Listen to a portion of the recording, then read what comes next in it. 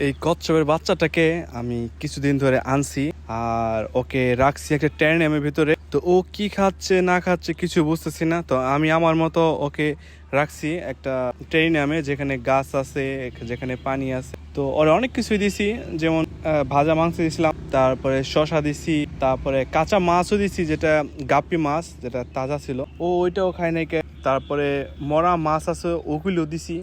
তো নানান রকমের নানান জিনিস দিয়ে ট্রাই করতেছিলাম ওকে খাওয়ানোর জন্য। তো ও কি খায় সেই ব্যাপারে আমি পোস্টও করি। সিনিয়র যারা ছিল তারা খুব ভালো ভালো আমাকে সাজেশন দিছে ওর জন্য। তো আলহামদুলিল্লাহ আজকে সকালে আমি ওদের ছাদে নিয়ে যাই। ছাদে নিয়ে যাওয়ার পরে ওকে একটু রোদে দিছিলাম। তো তখন কিছু ডাকুইট দিছিলাম, যেটা দেশে প্যানা প্যানা বলে। পরে ওইটাই ও খাইতেছিল। আমি যখন রুমে যাই, রুমে ভালো করে ফলো করে দেখে যে ও সুন্দর করে প্যানাগুলি খাইতেছে। তো দেখা একটা শিওর হলাম যে না, ও সার্ভাইভ করতে পারবে এই পেনা খাওয়ার মাধ্যমে।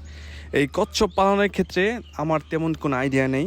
যদি কেউ সাজেশন করতে চাও অবশ্যই করতে পারো, কারণ সামনে আমি আরও কয়েকটা কচ্ছপ আনবো।